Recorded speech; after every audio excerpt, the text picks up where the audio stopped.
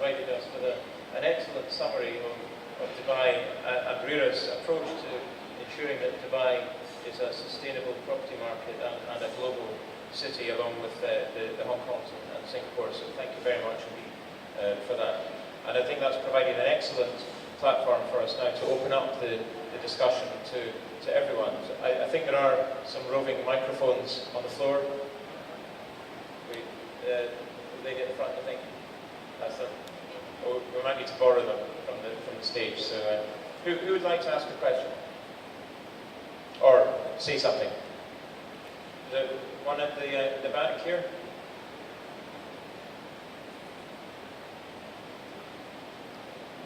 Put your hand up again, sir.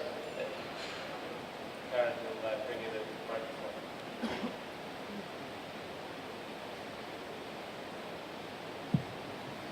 And if you can give your name and organisation, please. Good afternoon. My name is Kean Farah. I'm working with a Rural Limited, which is the properties development arm of ECC. I just had a question on flipping, because I know that EMR and Akhil have a rule in place where if an investor comes on board, they can't actually sell on the property until they pay down 40% value. My question is, we should try and make this a rule throughout the market to try and make sure that we don't go through unsustainable levels of price increase.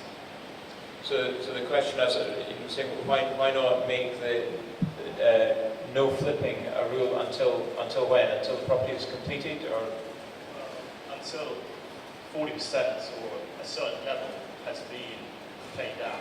Okay. So we're seeing the market introduce measures to make flipping less attractive and more difficult. But the question is, should the government make some new rule to stop flipping? Marwan, would you like to comment on that? I think the real estate market needs some percentage of speculator. Otherwise, they will not be around for flipping or gaining some. But the last measure, land department introduced to the market, which is increasing the transfer fees to a 4%, was one of the good measures we can see that it's implementing. Second, nowadays the developer are asking for 30%, 50% down payment in some of the projects, which is another mechanism for them to make sure only end user can afford to come and work like that. The third mechanism I can see that's working also for speculator is land department now collecting the transfer fees at the time of purchasing property. Previously it used to be at the handover. So all these measures is happening, I think, with the market mechanism developer introducing this can help out the speculation issue that's happening in the market. But even though with all these measures, I don't think so we can stop the speculation at all, because this is an open market where everybody can gain and lose. Thank you very much. Anyone want to add to? I just don't think you can legislate it. You can't stop it, because when people want to gamble, they will gamble. And if property happens to be the vehicle they're gambling on, it's a risk people take. They're all adults. As Marwan regulator has always told us, you cannot legislate against fools. Because if people want to behave like that, you can't stop them. They'll go in the back way, they'll write MOUs, contracts and things, which maybe would never stand up in any court of law. But they're happy playing. The developer needs to continue to have contact with the person that they have a contract with. That's probably the key to making people accountable and understand that if they have a contract with the developer, they have to pay for it. And that's probably the best way to make sure that we've got controls in place. At JLL, one of our forecasts for this year was that the residential market would continue growing in terms of rented price, but not at the same rate as we have seen in the last 18 months or so. And one of the reasons for that view was the measures which have been taken both by the government but by the market itself. And I think we are beginning to see evidence that there's a little bit of steam being taken out of the market, and that is a healthy thing. Next question. Don't be shy, come on.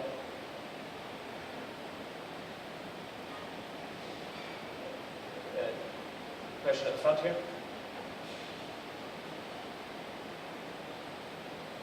Hi, I'm Graham Hughes from CBRE London. Taking up Elaine's point about the lack of I'm not sure if that microphone is working. Is it switched on? Can you hear me? Is that Yeah, better? sorry. Taking up Elaine's point about the lack of affordable housing for large sectors of the population. Most European countries in mature markets make it a precondition of planning permission that there is a percentage of houses made available into the affordable market. Has this been considered locally? Again, probably a question for Marwan. As a government, there is no such policy for that. But the way I see it from the latest registration of property with us in RERA, last month, in March, there was 10 new projects registered.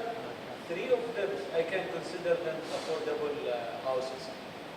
So it's a market-driven thing. There's no such a policy for them. It's interesting that I was in Cairo yesterday at a conference, and affordable housing, social housing is a real big issue in Egypt. And one of the speakers there was suggesting that in Egypt they should follow what happens in the UK and elsewhere, where developers, in return for a planning consent for mid-market or upmarket housing, have to enable a certain proportion of the units to be affordable housing, or enable affordable housing elsewhere. And it would be interesting to see if that does develop in Egypt. Do you have a view, sir, that you want to add to your question? Well, I think, we're talking about sustainability, and I think clearly there is a big gap. It's true in London as well, where there's also speculation. I appreciate it's not always easy in a free market to legislate against speculation, albeit governments do tend to find ways of legislating when they want to. For instance, you can't gamble on much else in the locality, so investing in property shouldn't necessarily be regarded as sacrosanct. But I would say that there is great inequality here, particularly I think Qatar has had a bad reputation recently with a lot of workers not being housed properly.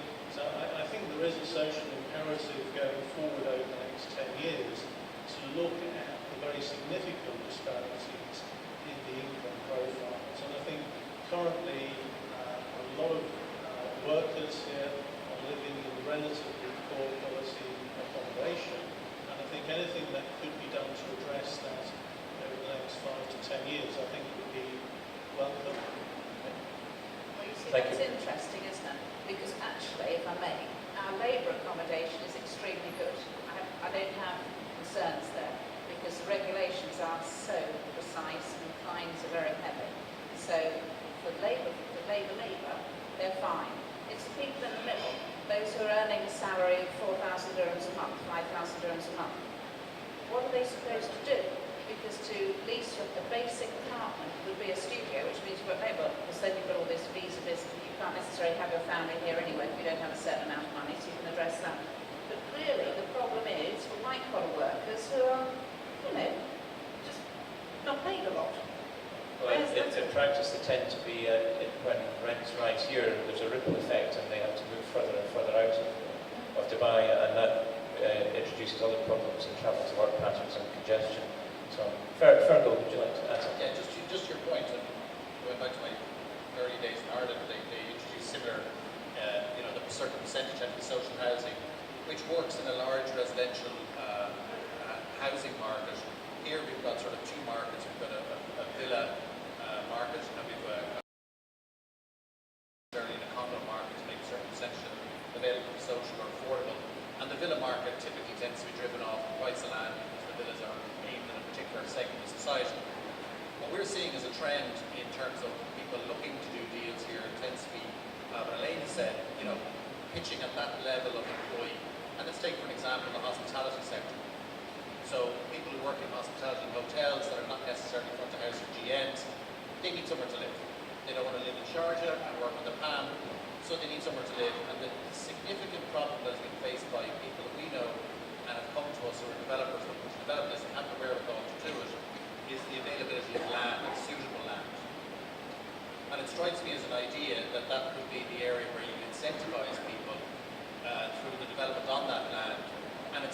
short of it. You know, there's plenty of it around, but it's finding land or incentivizing an owner of that land to sell it so that everybody wins and that you're unlikely, frankly, here to create a ghetto situation. It's not that kind of place. But you would incentivize people, whether that's through some government subsidy or whether that's through, there's a number of ways of doing it and they've improved it all over the world. You've got rent controls in New York, you've got plenty of examples where that can be done. I don't believe that you're going to get a developer to give up a third or 20% of the villa project out of the Arabian ranches for affordable housing, but with the associated infrastructure and transportation that's required to bring that level of economic employee into their job. So that would be for me. We're hearing it now for nearly a year, the lack of usable and suitable land, because there's no incentive for the seller to provide it for that purpose. There's buckets of incentive for the end user to buy it and to develop it. So that's to me is a big mismatch. But one of the difficulties across the Middle East is because land in itself is a popular asset class, the price of land when it gets traded is often higher than a developer can afford to pay for a given use. It's not just in affordable housing, we're seeing it in budget hotels in Dubai, where one of the reasons why there's lots of 5-star hotels and not so many 3-star hotels is that a developer wanting to build a 3-star hotel cannot afford to buy land in many cases, and maybe there's a case for the planning authorities to become more involved in their land use zoning for affordable housing and other desirable uses, because it is an example of market failure that we're seeing. Other Don, would you like to add something? Could, if you happy with it, just add a couple of comments on. Actually, I think the supply of new accommodation, almost in every sector, in most Middle East markets, is quite high standard, and particularly in Qatar, the worker accommodation, it seems to be the same case here in worker accommodation. So actually the supply of new accommodation is actually very, very high indeed. What we're facing on a sustainability point of view is actually the opposite side of the equation. It's the obsolescence of older style properties where infrastructure's changed or construction standards weren't adequate to meet what we're looking for the present standards of accommodation. So from a sustainability point of view, you can also almost get the sound bites from looking at the opposite side of the equation, saying where is obsolescence prevalent in the stock of accommodation we've got, and how do you look at that and how do you correct it? It's a good point from Don. Other questions from the floor? I'm keen to hear your views. Sir, at the two-thirds of the way back there, please, Karen.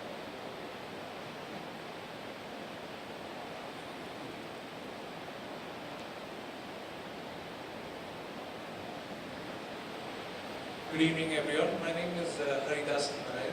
I work with National Bank of Abu Dhabi. Just following up on that question on affordability and about how end user engagement would probably lead to a sustainable